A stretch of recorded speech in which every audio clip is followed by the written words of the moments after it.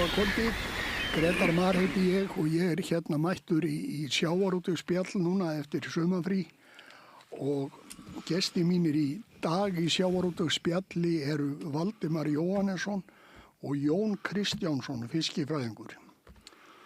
Og ég ætla nú bara að byrja á því að því ég veit að Valdimar hefur verið og hefur miklar skoðanir á fiskveiðistjórnunarkerfinu og ég ætla bara að byrja á að spurja hann hvernig viltu sjá stjórnun á fiskveiðum við Ísland?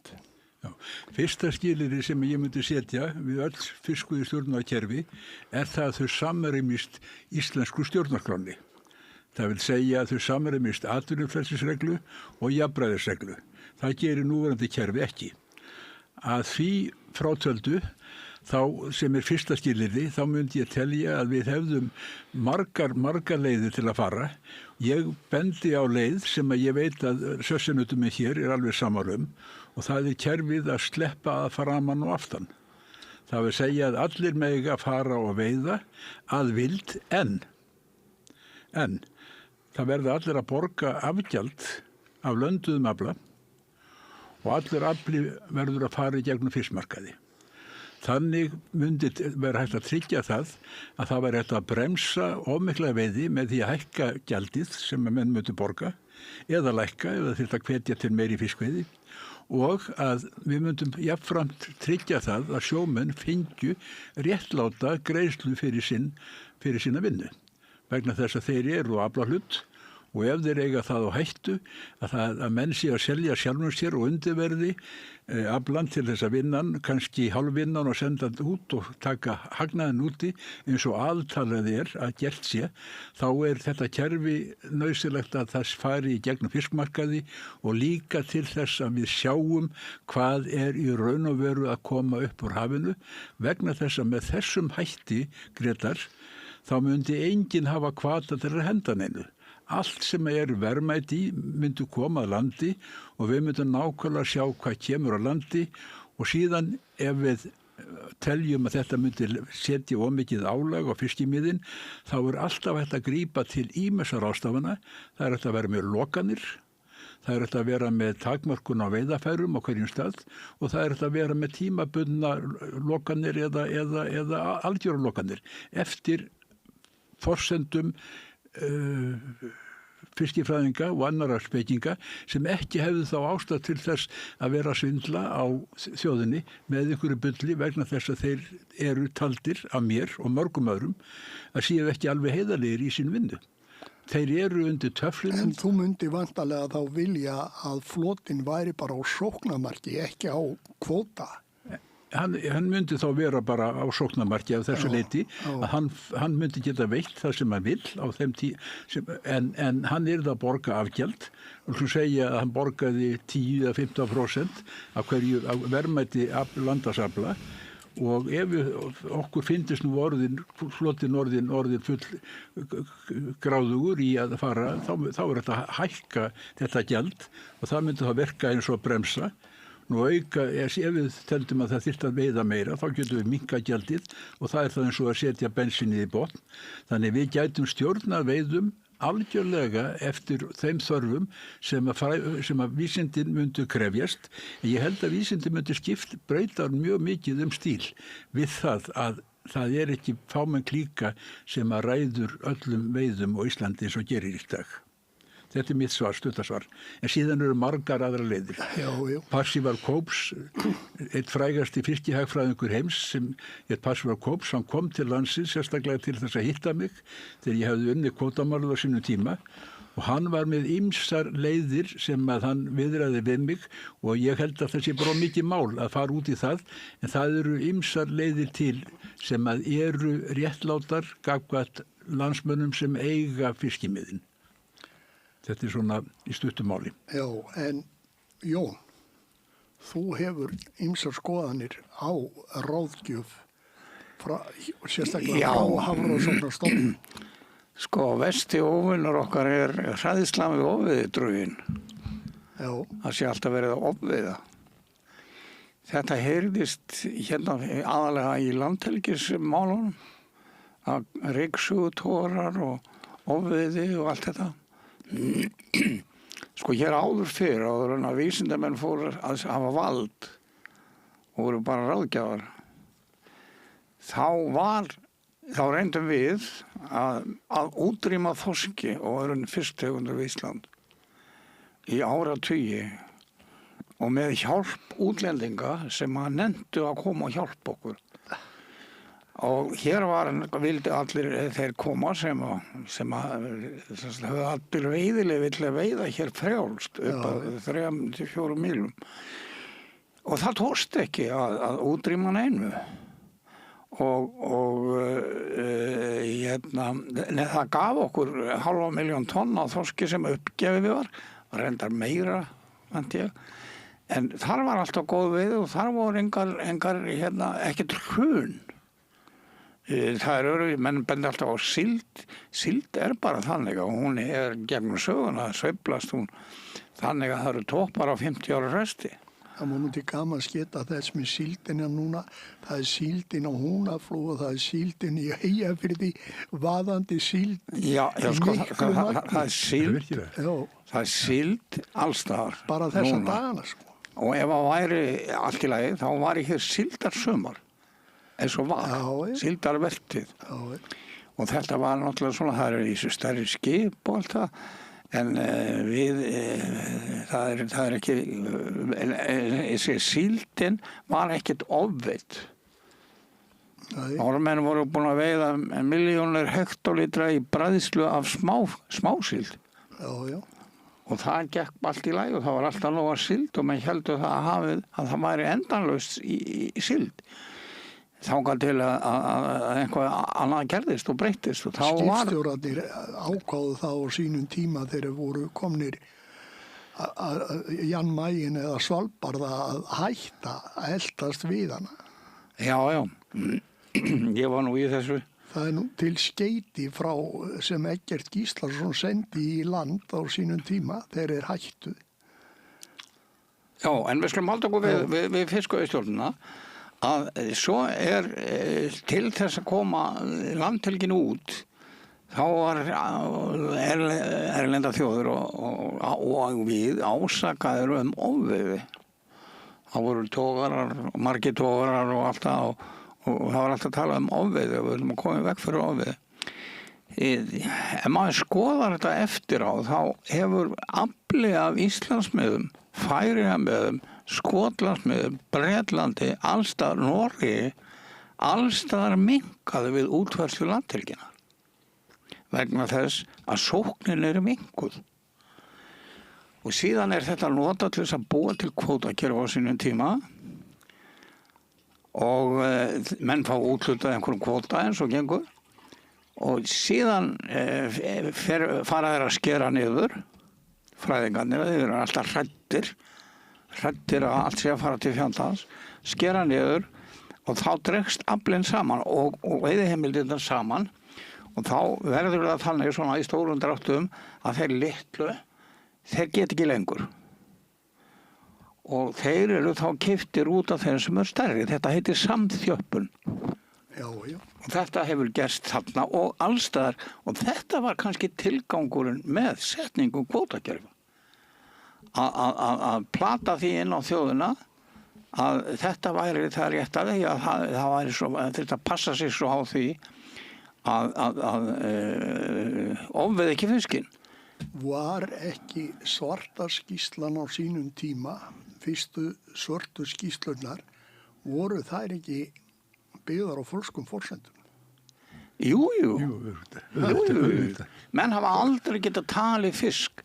Það hefur komið fyrir tíma, fyrir þennan tíma, ég man eftir því að Hermann var í leiðangur á Mæi, hann var að fara í síldarleiðangur, svo kemur hann surt og þá var engin þorskveiði. Það bara aflaðist ekki neitt við Íslandsmið. Svo þegar eru komin söður, þá logar allt í þorski. Og hann hélt þetta væri búið. Hann var hálfgrátandi yfir því. Ég hélt þetta væri búið. Hermann Einarsson. Svona með fisk. Þú veist það sjálfur. Hann kemur og fer og kemur og fer. Hann með sporð og maður þarf að elta hann Já, en svo þegar við sjáum í fiskstofnum einkenni vanveiði, það er að segja hungurástand, þá má ekkert gera. Þegar hann byrjar að hórast og lífrið Já, að vera lítið í þá ertu að verða á sett, sko. Já, Ég var þannig að ráðgjafi Færeyjum á sínum tími kringum árið 2000 og þá voru Færeyingar mjög ánægðir með sitt kerfi. Ég fór með ráðurum, hann kom með mig til Írlands og hann var að kynna þetta kerfi, sko. Þetta er besta kerfi í heimi fyrir okkur. Og það var þetta dagakerfi. Þeir fengu úthlutað dögum og þetta var unnið fyrst í sambandi við bæði sjómenn, útgerðarmenn og fiskifræðinga. Og sameinuðust að sóknargetan væri hæfileg svona margir dagar á svona part úr flotanum. Svo bara, ég kem þarna og þá vildi við fara að skera niður, við vildi alltaf vera að skera niður dagafjöldan. Og þegar ég kem þá standum við fram fyrir 36% niðurskurði. Ég gat nú kjafta ráðherrann inn og það að gera það ekki og það var bara allt í lagi. Og svo þegar ég sé að fiskurinn fyrir að hórast þá vil ég bæti á komin niður ráðherra og hafa skar niður. Síðan voru þeir bara í balvuðu vesin og aflaleysi árum saman og þeir eru ennþá í þessu aflaleysi. Þeir eru sko í svona 5 til 10.000 tonn kannski mest en á árunum þegar frjáls... Það er að tala í þorski. Já, þorski, já. Þetta er svipað í öðrum tegundum. Það er meiri ufsa við því hjá það. Já, þeir veitur 70.000 tonn ufsa á þessu árum. En hérna... nú, fyrir þegar veiðin er frjáls og landhelgin opinn og brettarnir að skotarnir aðra, þá er 20 til 40.000 tonn veiði á ári. Og að botnfiski voru alltaf 100.000 tonn samtals. Já. Svo þegar farið að færa út landhelgina þá byrjar þetta að fara. Og núna er það þannig að það eru 70% af miðunum lokuð. Meir og minna allt árið. Færeyjabankinn hefur verið friðaður í marga áratug. Já. Og sem gaf afla hér alltaf áður. Pappi sagði mér það. Við stoppuðum alltaf á Færeyjabankanum og fylltum á. Já. Þeir voru á siglingur. Þannig að ég segi þetta er tilbúið, þetta hræðslumerki, þetta er til þess að viðhalda valdinu yfir því að stjórna án raka, skilur við, það er engin hætt á ofvið. Það verður bara þá til þess að það verður á dýrtan á þá fáu sem verður eftir og þetta stjórnast alltaf sjálfur sér. Grétar, má ég koma með smá aflóðsendum? Sko, menn þurfa að gera sig grunn fyrir því fyrst mér hvað þessi della sem ég kalla sem að þegar almenn svona common sense þegar hún hvarf af Alþingi Íslendinga 1983 vegna þess einhverjar ímyndarar hættu á því að við værum að ofviða þorskinn og þorskurinn væri kannski útrýmingarhættu. Þetta var einhver hystería sem greip sig. Þessi hystería, þetta hvarf af almennu viti út á þingi hefur kostað þjóðina svo rosalegar upphæðir að þegar maður reknar þetta út saman þá trúum maður varla sín með augum. Og ég skal segja hvað þetta kostar. Þetta er búið að kosta þessi ranga hugmyndum það að við værum að ofveiða. Við veitum 500.000 tonn af þorski áratug eftir áratug og aldrei sá högg á vatni. Svo allt inn fá mig þá hugmyndum það að þarna sé verið ofveiða og það þurfa að skera þorskinn niður 60% til þess á nokkrum árum að byggja hann upp aftur svo við getum farið að veiða eins og við höfum alltaf gert. Það hefur ekki gerst ennþá, við getum ekki ennþá veitt þessi 500.000 tonn. Okkur var lofað því 83 þegar þetta var sett á og tók gildi 84. En nú ætla ég að segja hvað þetta kostar. Já. Þessi 300.000 tonn, 200 til 300.000 tonn af þorski á ári sem við hefum ekki veitt kostar okkur með öðrum afla í útflutningsverðmætum 500 milljarða króna í útflutningsverðmætum á hverju einasta ári. Þorskurinn er 40% af aflanum, 60% er allar aðra fisktegundir. Ef þú tekur samskonar hlutfall af öllum öðrum fisktegundum, þá erum við að tala 500 milljarða króna. 500.000 milljónir króna á ári sem eru frá því að kvótakerfið var tekið upp. Já, bara frá fyrsta degi að við hættum að veiða 500.000 tonn eins og hefðum getað gert og förum niður í 200.000 tonn. Ef við tökum svona millibil 250.000 tonn þá erum við að tala 500 milljarða króna á ári í glötuðum útflutningsverðmætum. Þetta er búið að standa yfir í 40 ár. Við erum að tala 20.000 milljarða króna. 20 miljóna króna. Ef við værum að veiða þetta í dag, þá myndum við geta hækkað laun á hvern einasta mann í landinu allavega 40%. Og það myndur muna mörgum það að fá 40% launahækkun. Er það ekki? Jú, þetta er svo skrítið, sko. Þetta er fórnarkostnaðurinn. Hann er svo gigantískur. Og svo annað sem ég vil líka tala það er þetta jafnræði, að mér finnst alveg ástæðulaust að gera upp á milli þess hvort að menn veiða fiskinn í troll, gildru, línu, net eða færi. Ef við værum með eðlilegt kerfi þá myndi það bara koma í ljós hvaða veiðafæri borgar sig að nota. Hvaða veiðafæri myndi skila mestu verðmætum því að auðvitað myndi þessi atvinnugrein fara út í þar sem gefur mestan arð miðað við.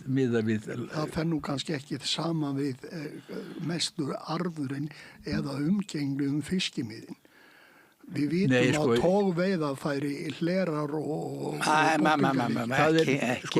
er umdeililegt hérna, Grétar. Þetta er ekkert umdeilalegt. Þetta vita allir sjómenn sem hafa verið til sjós. Ég hef verið til sjós í 4 sumur og hérna, en sko þetta er umdeililegt. En það allt í leið, það má taka þetta. Krókafiskur, veiddur á línu og handfæri er umhverfisvænasta veiði. Allt í leið.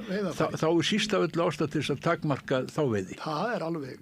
Og það er einmitt það sem er gert í dag.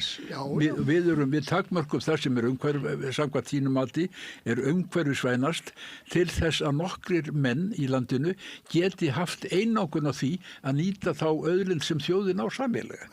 Þetta er svo gjörsamlega og það sem er galnast á öllu fyrst mér, ef ég má lengja mál mitt svolítið, er það að í 40 ár hefur ekki gengið að taka þessu umræðu upp á vitrænt plan. Ég vann eins og þú veist mitt mál 1998, síðan eru liðin 28 ár. Það er bráðum komin 3 áratugir síðan það lá fyrir að þetta var stríddi, þetta voru ólög og það hefur samt sem ekki áður fengist almennig umræða þetta mál niður á Alþingi.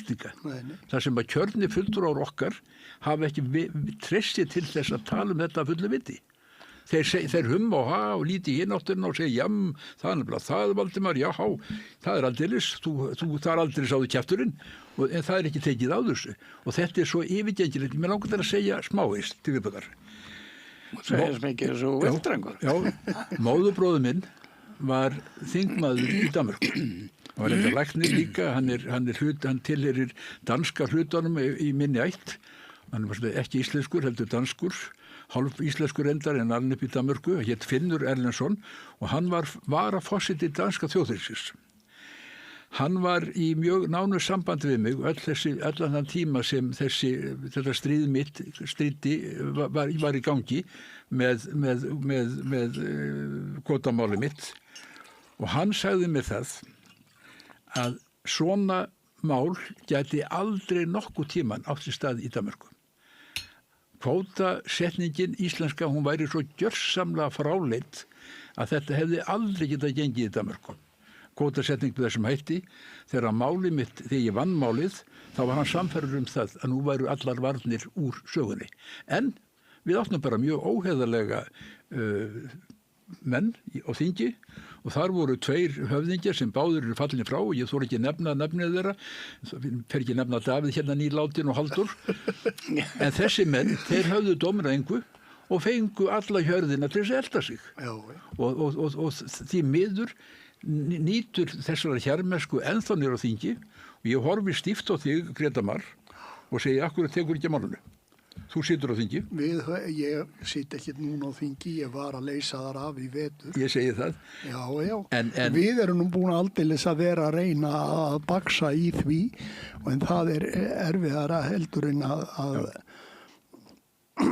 ég sagði frá því að ég myndi leggja fram frumvarp það að taka upp færeysku leiðina, 30% af afla úr hverju veiðiferð ætti að fara inn á fiskmarkað og það væri það sem myndi ákveða verðið á öllum aflanum. Það verður betra að færa allt inn á fiskmarkaðin? Jú, en þegar að verðið komið á að þá eru þeir náttúrulega raunverulega útgerðin að skaða sjálfa sig með því að hafa lítið magnin á markaðinn. Þetta er tæknilegt lið, en málið er þetta að dómurinn minn, hann sagði, þetta er óleyfilegt, þetta eru ólög, með lögum skal land byggja, með ólögum eyða og við erum búin að búa við þessu ólög núna í næstu 30 ár síðan dómurinn fjall og það var úr því skorið að þetta voru ólög.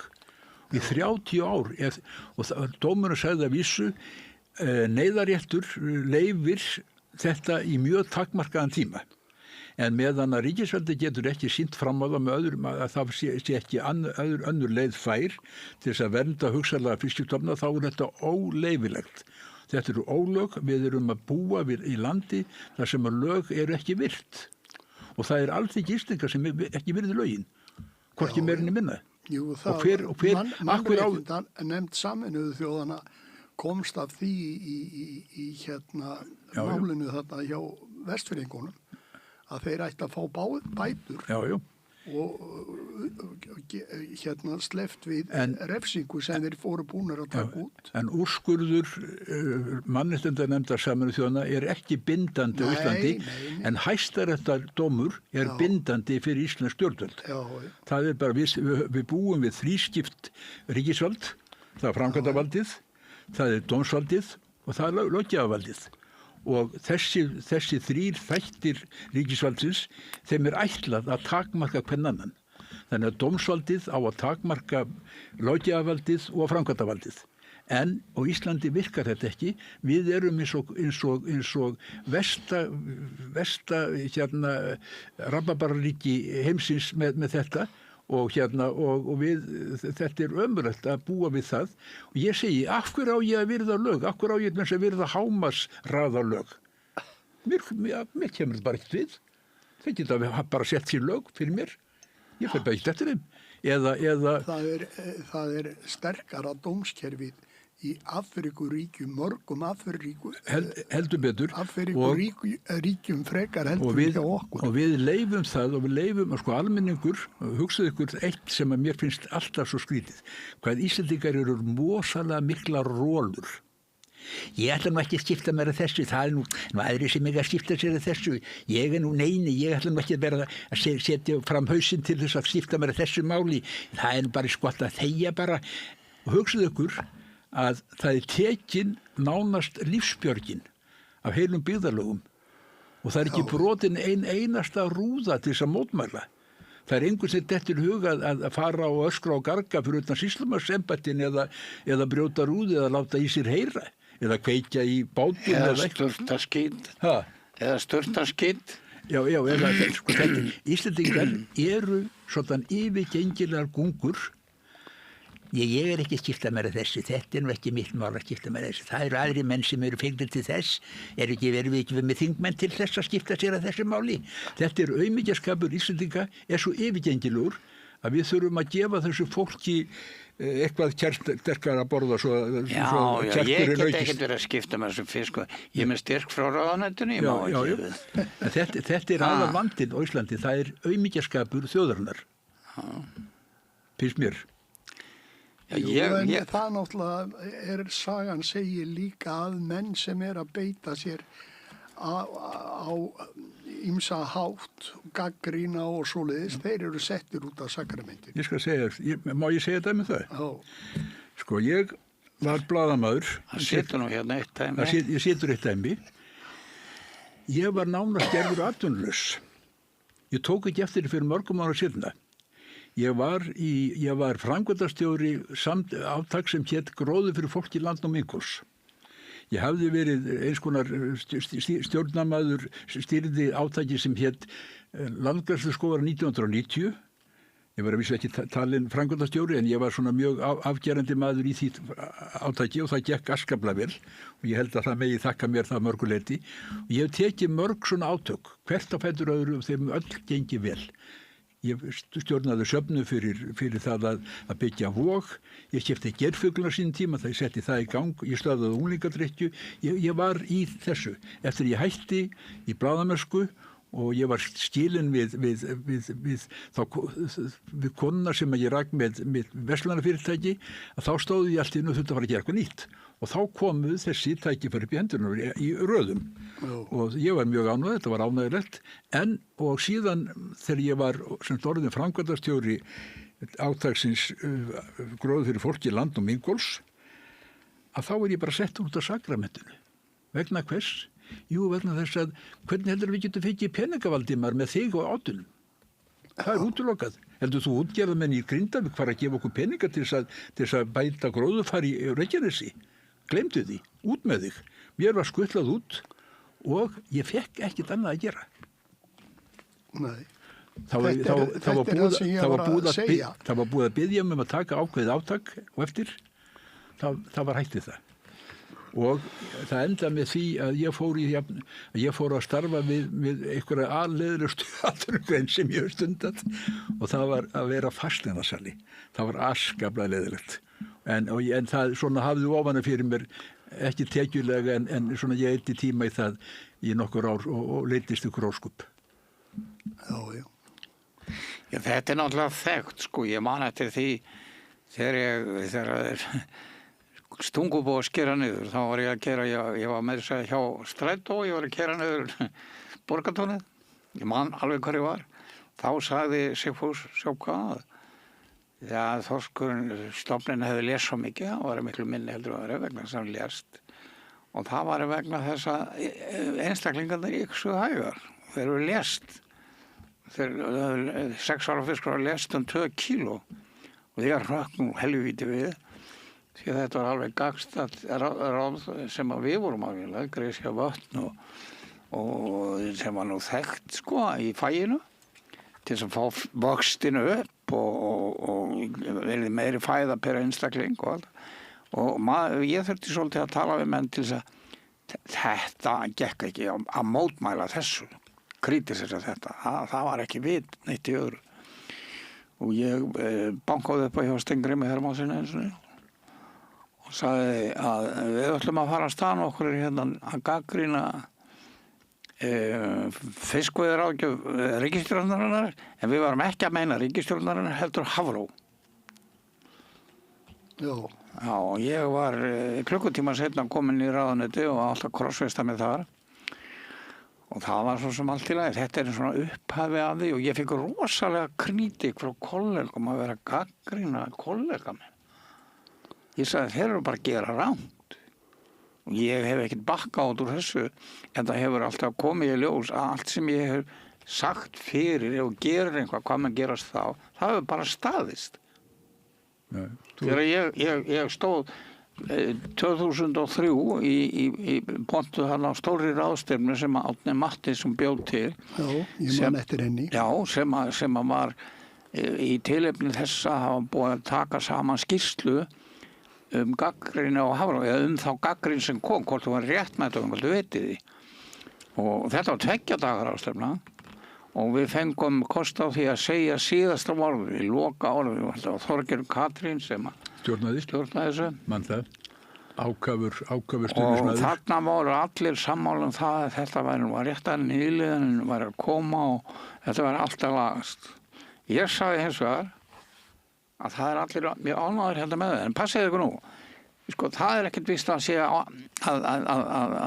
réttu kvótum, ég held að sé að fara niður, vegna þess að ef nýliðin er aukast og lítið af stórum fiski, þá hefur hann fritt spil og það var að taka mótunum og veiðan. Ef það er ekki gert, þá voru önnur hungursneið og við stöndum hérna eftir nokkur ár og förum að rífast aftur.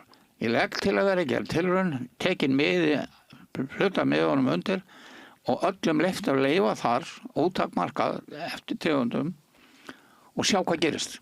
Búin að stinga upp á því lengi, því ef við gerum það ekki, þá munum við standa hérna eftir nokkur ár og rífast sama hlutin. Þetta eru 23 ár síðan. Já, já. Það var ekki hlustað á þetta og hefur ekki verið hlustað á þetta. Það eru aldrei fengist til þess að gera svona veiðitilraun sem er alveg fáránlegt í Fisklandi. Já. Ótrúlegt. Altså allt þetta mál er svo miklum ólíkindum að sko maður þarf eiginlega að klípa sig í læri til þess að trúa því að maður hafi upplifað þetta. Ég hafði svona freka trú á íslensku samfélagi en þetta olli mér alveg óskapar vonbrigðum allt þetta mál vegna þess að ég áttaði með því að Ísland er klíkusamfélag þar sem að mjög fáir menn ráðu öllu og þar sem verri er og ég horfi stíft á þig, Greta Mar, að þeir virðast eiga alþingi. Eiga þeir þig? Þeir eiga mig ekki. En hverja eiga þeir alla hinna? Þeir eiga marga. Þeir eiga ansi marga. Þeir eiga marga en... Og ég þarf að segja eitt sem mér til gammars. Ég var búinn að, það var rétt áður ég vann málið, þá var ég mjög kjaftfór til hægri og vinstri, þá höfðum við stofnað samtöku þjóðræn, eins og þið munið eftir. Og þar kynntist ég þér, Jón, og það var raskabla gaman. Þú komst í heimsókn og varst að fræða mig sem að skildi ekki fiskifræðina en skildi réttlætið og allt það, en þú kendi mér ansi mikið fiskifræði á þessu tíma og þakkaði fyrir það. Nema það að ég að ganga á götu og þá hitti ég var tilheyrið frá Sjálfstæðisflokknum. Ég kjör Sjálfstæðisflokkinn þessum tíma og var búinn að vera... Þú hefur ekki kallað allt þína. Nei, og ég var ritstjórnarfulltrúi á dagblaðinu Vísi sem var nú sem sjálfstæðisblað og þannig ég tilheyrði þeim armi í íslensku samfélagi og ég hitti gamlan kunningja minn úr flokknum og hann tekur í mig og segir, Valdimar, svakalega öfunda ég þig. Nú, sagði ég, af hverju öfundur mig? Já, þú getur talað þessi mál. Ég get ekki sagt neitt. Þá ég bara komin í vandræði. Og þá var áttan við það og þetta er nafngreindumaður, prýðismaður, en hann er bara eitt einkenni þann rosalega gungurskap að standa með sínum eigin skoðunum, heldur bakka alltaf og jarma með fjöldunum. Og það er þetta sem að gerði Þýskaland að hryllislandi. Það voru ekki allir Þjóðverjar sem voru nasistar, en þeir jarmuðu allir með í hópnum og enduðu með því að haga sér eins og hreinustu skepnur. Og það sama hefur íslenska þjóðin gert. Hún jarmar með nokkrum sterkum aðilum sem hótaðum öllu illu. Og það er ömurlegt til þess að vita. Auðvitað var ég heimskur að fara í málið. Ég hefði verið betur settur í dag ef ég hefði ekki farið í málið. Þetta kostaði mig, en ég myndi fara í það aftur í dag. Þó ég viti að það kostaði mig þetta. Að því ég vilja heldur vera frjálsmaður sem segir mínar skoðanir, heldur hann að vera aumingi þó ég sé svolítið innanfetur undir einhverju slíkum hryllingi eins og svona systemi. En þetta er náttúrulega, Jón, þú ert náttúrulega búin að gangi gegnum svipað. Já. Það er búið að... Þannig að þetta er vandamál hjá okkur. Ég var til dæmis alveg hættur að segja frá því hvort ég verið að fara. Magnús Hafsteinsson hringdi einhvern tímann í mig og sagði, hvað ertu núna? Ég er á Þórshöfn, sagði ég. Það var í Þórshöfn, sko, Færeyjum. Ég vildi ekki láta að vita því að það var bara svoleiðis og eitt skipti veit ég að þá vissu þeir á okkar minni ferð og það var bara hringt í allar stofnanir sem komu nálægt fiski. Og þeim sagt að fara ekki á þessa seminar sem við héldum til þess að kynna rannsóknarskýrslu mína. Og þess að ég eiginlega það ekki af áhrifum, ég kem samt. Það var svo frétt var látin útganga. Já, ég veit að ég er búin að sætta því að Halldór Ásgrímsson sagði eins og einhvern tímann að fá fiskifræðingar að sunnandi sem kenna okkur að veiða silung. Hann sá nú yfir raut kallinn ef hann sá mig. En nú er ég komin í annað. Nú fór ég í það að skoða 30 ára gamla rannsóknir í tímalengd, sko, á laxveiðum. Vöxt seiða. Og ég kemst að því að það er allstaðar svipaður vöxtur og seiðum í öllum ám alveg saman hvað það eru. Seiðin verða 4 ára fyrsta haustið. Og eftir ágúst þá vaksaði ekkert meir fyrir inn í maí næsta ár. Og þetta leiddi til þeirra niðurstöðu minnar að það væri alltaf mikið að seiðum. Ég gerði síðan tilraun með því að setja á ákveðin árhluta sem var ekki fiskgengur, þá seti ég ákveðin fjölda á hreignum. Ég seti 3 per kílómetr en á fiskgengárhluta voru það 30. Vöxturinn, hann varð 5-faldur á við það sem hann var fyrir neðan og dauði að vetri næstum engin. Ég kynnaði þetta og skrifaði þetta og gerði þetta. Þá segja menn bara, já, ég nú ekkert sammála á þér. Ég ekkert að segja neitt. Ég bara les úr 30 ára rannsókn. Akkur menn að safna þessum gögnum ef þau túlkaðu ekki. Skilurðu? Já. Og það alveg sama með þetta eins og þorskinn. Það reynur vöxturinn, þá er mikið af fiski á fóðrinum. Og þú hefur 2 aðferðir til þess að laga það annað, að gefa þeim að éta, fara að hella úr mjölpókum í sjóinn eða fakka fiski. Það er ekkert annað.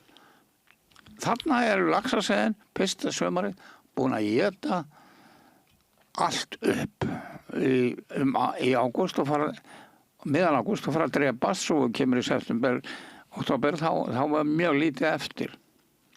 En fyrir ofan það sem við hafa betri skilyrði vegna þess að þau eru færri, þar verða þau 5,5 til 6 sentimetrar. Já, sem er óþekkt annars staðar. Og þau eru 5 sinnum þyngri og svo eru ennþá fleiri sko næstar vegna þess að stærri segja veiðast betur heldur en hinn. Samt segja menn, nei, þetta er ekki svona. Og við vorum búin að gefa út grein, ég og Tumi, við fórum í gegnum, munið það hérna í eina tíð, það voru svo mikla ofboðslega sveiflur í ánum fyrir austan í Vopnafirði og þetta norðausturhorninu. Það fór upp og niður og við vorum að reyna að skilja þetta. Þá já, þetta er nú svolítið kannski flókið því að það voru harðari vetur á þessum tíma og árnar lokaðari vetur að það segja frostnar. Já. Þannig að fiskivöndin, hún komst ekki í árnar.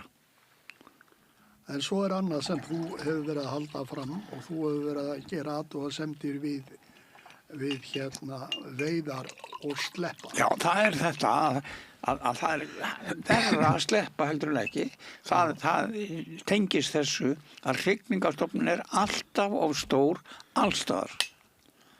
Og það sérðu á vextinu, þú getur ekkert mælt neitt. Hann getur undan sér þessi stofn eins og já, og svo þegar þau eru komin að haustu og það er allt búið, þá eru þau búin að vera slást allan tíman og allt sem þau áttu hverfur út úr kerfinu í stæðan fyrir að nýtast og geymast til. En þá kemur liðið og segir þetta er ekkert svona. Þetta er nú ekki mín sko, þá var nú sendur á mig maður og því ég var með mokkagreinu þetta. Sendur einn kollegi minn úr Borgarnesi til þess að segja ég trúi því ekki, ég er nú ekki sammála Jóni. Ég geti nú sagt svolítið þetta. Ég er alveg upp við Laxeyjar. Það er mér veitna þeir sem leigði þverá í Borgarfirði. Já. Og og þá var það nú ekki svona óskaplega mikið ríkidæmi sem þurfti til þess. Þeir voru 20-30 sem leigðu saman þverá. Já. Og við fengum 2-3 vikur á ári 4 stangir í einu. Þannig að við vorum alla 4 stanginnar á öðru hverju svæðinu, annarkvort í neðri hlutunum eða miðhlutunum eða upp í það sem heitir Kjarrá. Við vittum alveg non-stop. Einu sinni fórum við frá efsta veiðhúsinu sem var 2 tíma reið frá efsta bæ við Anna sem hét Örnólfsdalur, riðum við 2 tíma til að komast á Víghólið þar sem að veiðukomin var og einn og við þetta sagði fæður minn, já, nú skulum við endilega fara inn í Starir, það er lengst upp á Tvídagru, efstu vötnin sem að Kjarrá og Þverá kemur úr og mér langar til að sýna þér það og þannig við veiðum ekki mikið í dag kannski. Og við lögðum að stað og svo þurftum við að stoppa öðru hverju til að hvíla hestana og þá notum við tækifærið og rendum fyrir fisk. Og við vorum með hest bara fyrir veiðina. Já. Og við urðum að urða hluta af aflanum en þess að hesturinn tók ekki meira. Já. Og það var að því við stoppum bara svona rétt aðeins til þess að hvíla hestana. Já. Og dagurinn fór meira að minni í þetta en við komum heim með fullklifiðan hest og svona 5-6 fiskar sem voru undir grjóti einhvers staðar. Og þetta var alltaf svona, við vittum og það var ekki tilgangur að veiða ykkur ósköp mikið, það bara kom. Og þetta var svona, veiðir var allan tíman sem að ég vissi til í þeirra, engu sleppt, allt repið. Og það var notaði maðkar, Fabi var eitthvað að fyrta í flug og ég nefndi því ekki, ég vildi veiðan og hérna vildi bara á flug og leta hann taka vel hon í maga, þess að slípa nú ekki. Maðkin, já. Og hérna, og vildum ykkur óskup. Og það var reykt og það var gefið og það var allir ættingja fengu alltaf hellinga reykt fisk í öllum jólum og afmælisboðum öllu, en það var aldrei svo höggavatni. Aldrei nokkuð tíma og það var aldrei sleppt einustu bröndu. Nei, nú búið að fjarlægja bestu veiðitækin, sko. Tíminn eftir útlendingarna var eftir svo þessi tíminn, þá máttur við nota maðk. Já. Og ég man það Kristján og Snæi, sonur hans, Kristján og Kristall, þeir voru með hol í Laxá-Dölum og 3 daga og þeir tóku 450 fiska. Já. Og fiskurinn hélt áfram að koma upp í ána. Já, það var alltaf botlaus veiði, en það ég að segja, sko... En þetta er svo mikið della, En það sýnir fagleg úttekt á niðurstöðum vaxtarmælinga að allstaðar er vöxturinn of lítill. Og ég var meira sér að skoða þetta núna í Noregi núna fyrir nokkur dögum. Og það er líka á mikil hrygning. En á þetta ekki við í þorskstofninum? Líka. Guðminn almáttugur, jú. Alveg. En hérna nú vantar honum meira æti og hann er að léttast eins og er. En við látum samt veiða loðnu, 40% Já, þetta hefur ekkert með loðnu að gera. Nei, ég er ekki að tala um loðnuna, ég er bara að tala um það að ef þú veiðir svona mikið af loðnu eins og við höfum verið að gera, þá erum við að taka mat frá þorskinn. Hann er ekki í loðnunni nema stuttan tíma. Og þegar hún er að koma til 40% af ársfæðu þorsks segja fiskifræðingarnir að sé loðna. Já, en hún er tekin á vorin, á sumrin, fyrir norðan. Það er loðna sem er að búa svolítið grænlandsfur. Og við erum ekkert að veiða hann á haustin. Þannig að loðnuveiðar á haustin er alveg fyrir utan þetta. En mér langar til að spyrja þig, Grétar, að því þú ert nú maður sjávarins og ert skipstjóri og búin að vera í þessum bransa öll þessi ár. Ef það væri frjálsar veiðar á Íslandi, hvað heldur að væri margir báta núna að veiða síld fyrir norðan? Heldur að væri 100 eða 200, jafnvel 300? Nei. Hvað væri margir? Sko, nú eru þessi stæðstu og bestu nótaskip sem við eigum, sem eru gríðarlega afkastamikil. Ef þeir mættu veiða frjálst, að þá væri bara... Þetta eru skip sem bera 3000 tonn, yfir 3200 tonn stæðstu dallarnir. Og þeir geta náð þessu bara kannski í 2-3 kostum. Halló. Heyrðu, Færeyingar og Normenn eiga svona skip og stærri. Já. Og þeir ná ekki að svona makril. Þeir eru að veiða makril og kolmuna og þeir hafa ekkert gert út af við hann. Nei, þeir hafa ekkert gert það. Nei. Þeir munu sko... Það er makrilveiði hjá okkur núna í síldarsmögunni. Já, en sko, ég er að tala eins og þessa síld, að ég var nú 8 sumur á miðunum, fylgjast með. Síldin dýfka alltaf á sér, eftir því sem að við sóttum meira. Já. Hún var að veit í Limafirði á 2 togara tróli og það veittist ágætlega fyrst en svo lærði hún að forðast þetta og þessi dýr gera það og það er aldrei hægt að taka síðustu torfun eins og Jakob sagði það var 1 torfa eftir og ef þeir hefðu fengið að fara í hana þá er öll síld döið. Erum við langar til að segja smá sögu hérna, ef ég má, að því við erum líka í sagnfræði. Þannig var að þegar við stofnuðum samtökum þjóðareign, sem voru 2500 manns í, hvorki meira en minna, að þá stofnuðum við samtöku þjóðarinnar með því að vera með stóran fund niður í hótelinu hérna niður í Sigtúni. Þar stofnuðum við þetta og það var fullur salur að því okkur tókst að koma ansi góðum auglýsingu í gegnum fréttir af þessu og það gerðum við með því að við fengum marga merka menn til þess að skora á þjóðina að taka þetta mál til athugunar. Sem sagt að leyfa að amla á móti þessari vitleysu. Og þar voru margir mætir menn, eins og þið munið Metti Bjarna, var í okkar hliði og þarna var Gylfi Þ. Gíslason, hagfræðiprófessor og þarna var Steingrímur Hermannsson. Og Steingrímur kom þannig inn í þetta mál að hann var þá staddur í New York og ég hringdi í hann. Og sagði hann frá því að við ætlaðum að stofna þessi samtök með þessu ávarpi sem ætti að birtast í Morgunblaðinu og hvort að hann vildi skrifa undir þetta ávarp.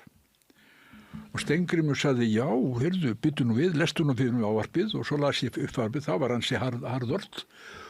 Og þá segir Steingrímur, heldur Valdimar, heldur Halldór Áskursson verði ekki rosalega pirraður yfir skrif undir þetta. Jú, sagði ég, hann örugglega mjög pirraður. Já, settu nafnið mitt hana. og hann gerði það. Og Steingrímur, hann hafði verið einn af þeir sem tók þátt í því að gera kvótan framseljanlegan, en hann sá eftir því.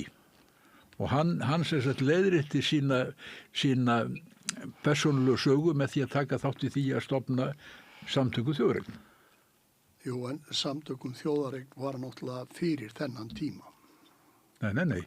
97. Er það ekki fyrir 97 sem við stofnum samtökum þjóðareign? Ég er að tala um samtökum þjóðareign. Nei, það var þá. Já. Það var áður en að dómurum í fjall. Þetta var meðfram stofnað. Jú, þetta er alveg rétt hjá þér. Þetta var meðfram stofnað til þess að standa með mér í þessu máli. Af því ég stóð náttúrulega einn og ég var náttúrulega gegn heilu ríkisvaldi, einn lítill kallrævill og ég hafði einhver peninga bakviðnum að minna eigin sparifé, mitt eigin sparifé. Og þetta var svona til þess að styrkja minna stöðu og svo reyndi aldrei á það, en þess að ég bara vann málið og ríkisvaldi var það að borga mér en ekki öfugt. Já. En þessir dómar sem að Valdimarsdómurinn og svo Vatneyradómurinn og svo þetta sem fór fyrir mannréttindanefnd Sameinuðu þjóðanna, þetta náði samt ekki að verða leiðrétt. Þrátt fyrir þessa dóma. Nei, vegna þess að þessir nokkri kvótaeigendur, þeir eiga alþingi og þeir eiga stjórnmálaflokkana og þeir hafa veitt fjármagni inn í alla kosningabaráttu meira eða minna ekki öllust ár og ég veit það fyrir víst að ég sjálfur verið í kosningabaráttu. Og ég var við það að við fengum ekki í nýju afli peninga frá þessum aðilum en allir aðrir fengu það. Og þetta er það ljótur blettur á íslensku lýðræði er það að það skuli vera nokkri menn sem hafa all völd í hendi sér og þeir eiga allt. Þessir nokkri kvótagreifar, þeir eiga orðið Ísland. Lífeyrissjóðirnir og kvótagreifarnir eiga Ísland. Þeir eiga olíufélögin, bankana, tryggingafélögin, þeir eiga allt.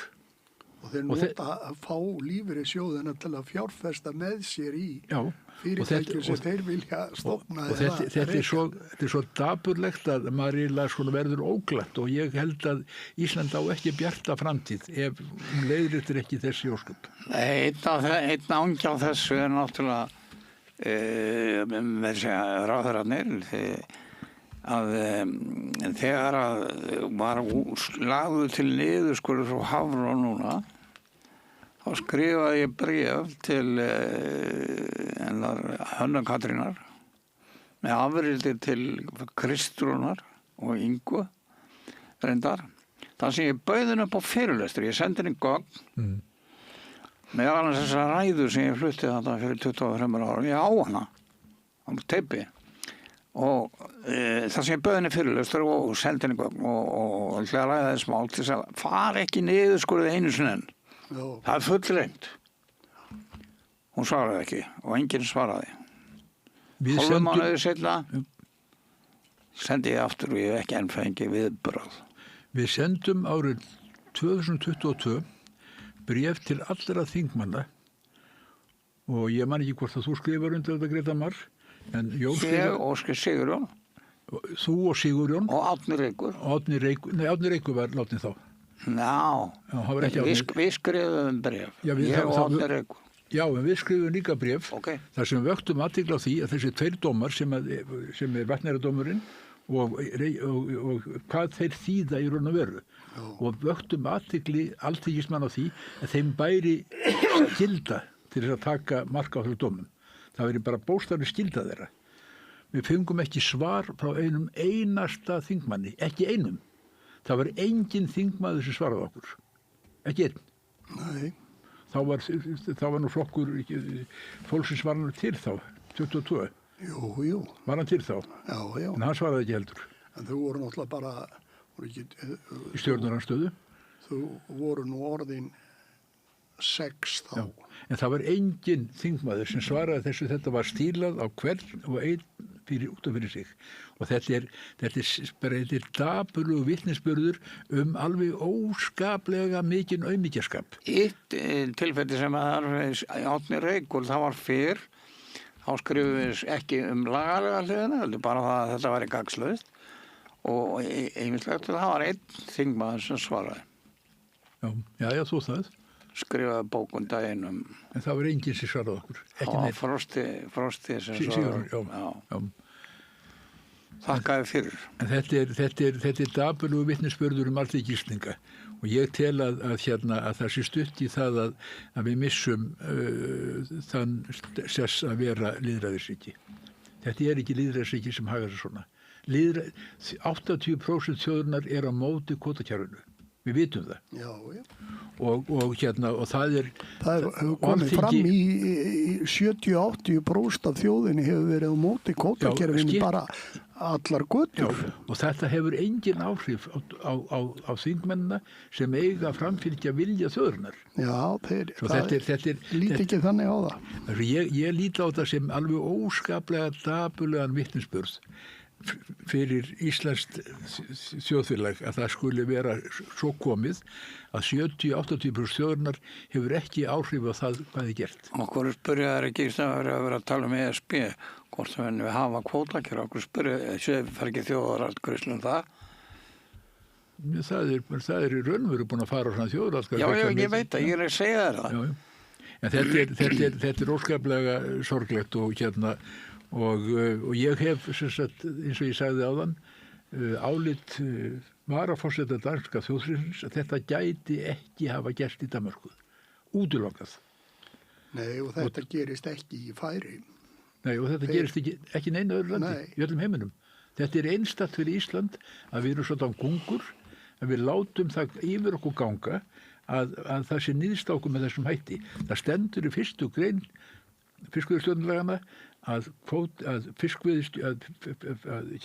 ég man ekki nákvæmlega hvernig hljóðar að fiskimiðin séu sameign. Heimildir þjóðarinnar eru sameign þjóðarinnar. Já, akkurat og það er dómurinn segir líka það þarf ekki að bæta það með neinum hætti þó að þetta kerfi yrði lagt niður á morgun. Nei. Þeir sem núna þykist eiga kvótan og þeir segja, já ég á nú þetta, Valdimar. Það er náttúrulega annað sem kemur að bankakerfið á Íslandi er með óbeint veð í veiði. Já, en er það löglegt? Nei, það var aldrei, það var nokkur ár sem það var löglegt að veðsetja veiðiheimildir. En þegar bankarnir fóru allur á hausinn, þá voru þessi veð hvort sem er einskis virði. Og þá var gott tækifæri til þess að skipta það hefði verið tilvalið. Og þeir flokkar sem að tengjast nú svolítið þessari stöð hérna, þeir réðu ríkjum á þessum tíma, 2009, þá var lofvörð þeirra að laga kvótakerfið og gerðu það ekki. Það var bankarnir sem góði það. Bankarnir höfðu ekki með það að gera. Jú, það var nú... Þeir fóru hvað sem er á hausinn. Nei, bankarnir en fjármála heimurinn raunverulega stoppaði að þetta yrði tekið af. og alþjóða gjaldeyrisjóðurinn sagði að væri forsendu en mætti ekki breyta. Ég hitti forseta þingsins sem nú er Þórunn Sveinbjarnardóttur nokkrum árum seinna. Hún var að gefa mér rósir og hélt að ég vildi gefa mér rósa því að hún hélt að ég veri kannski líklegur til þess að kunna að meta rósir. Og ég sagði, já, ég veit ekki hvort ég vil þykja þau rós, þið hafið ekki staðið ykkur eins og þið ættið að gera því þegar þið fengu völdin 2009 til þess að laga til í því málu sem að ég ber mér mjög fyrir brjósti. Og þá sagði Valdimar, við gáttum ekki, Steingrímur, hann var alveg á móti því. Steingrímur Sigfússon. Já. Og það var svarið sem ég átti að segja, já, akkurat, já, við var Steingrímur á móti. Já, nú skil ég, heyrðu, gef mér rós. Eru strákar? Þú varst aðeins að segja að þú sagðir í Færeyjum að það er ekki svona spilt þar en sko það sem er eyðilegt fyrir sko Færeyingum stjórnmálarmenni voru fullur að vilja þá var fiskifræðingarnir þeir hlýða ISIS sem stjórnar raunverulega öllu. Já, við gerum það líka. Já, ég veit það en þekki bara þessu heldur öllu Norður-Atlantshafi og þeir eru aðal kunnin þeirra er Evrópusambandið. Já. Og þeir hafa verið að draga saman alltaf og þeir eru búin að eyðileggja það er svo litlar veiðiheimildir að borga sig ekki að fara á sjó. Svo langt er hægt að ganga. En strákar, við erum búin að vera að spjalla hérna í nánast klukkutíma. Já. Og ég ætla bara að þakka ykkur fyrir komuna og svo ætla ég að þakka henni Laufey Ólafsdóttur fyrir að taka upp þáttinn og senda hann út og svo hvet ég alla sem er að hlusta á þáttinn að styðja við bakið á samstöðinni og styrkja hana til að við getum haldið þessu áfram. Svo þakka ég fyrir mig. Takk. Takk fyrir. Takk.